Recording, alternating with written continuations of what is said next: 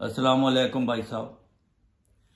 आपका ये अकीदा है कि ईसा अलैहिस्सलाम आसमान पर ज़िंदा मौजूद हैं, वो ज़मीन पर आखिरी ज़माने में आएंगे और उम्मत की इस्लाह करेंगे। लेकिन कुरान शरीफ में लिखा है कि अल्लाह ताला क़यामत के रोज़ ईसा अलैहिस्सलाम से पूछेगा कि तुमने अपनी उम्मत को जब बिगड़ी हुई थी तो इस्लाह क्यों नहीं की। तो ईसा अलैहिस्सलाम जवाब देंगे कि ऐ अल्लाह मियाँ, जब तूने मुझे उठा लिया तो फिर तू ही उनका निगरान था।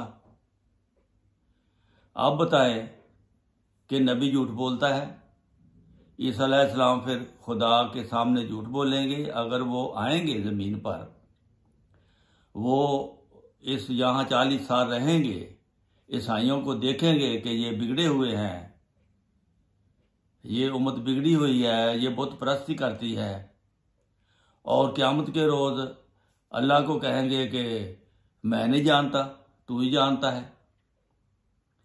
क्या ईसा अलैहिस्सलाम उस वक्त झूठ बोलते होंगे, या कुरान करीम की आयत नऊज़ बिल्लाह आप कहेंगे कि ये आयत ही नहीं है या लिखा नहीं है। लेकिन कुरान में मैं आपको दिखा सकता हूँ कि अल्लाह ताला पूछेगा क़यामत के रोज़ कि जब तुम्हारी कौम बिगड़ी थी तो तुमने आपकी कौम की इस्लाह क्यों नहीं की। वो कहेगा मैं तो उनमें नहीं था। लेकिन आप कहते हो कि ईसा अलैहिस्सलाम आएंगे और उम्मत की इस्लाह करेंगे। इसका जवाब मुझे चाहिए। बहुत शुक्रिया।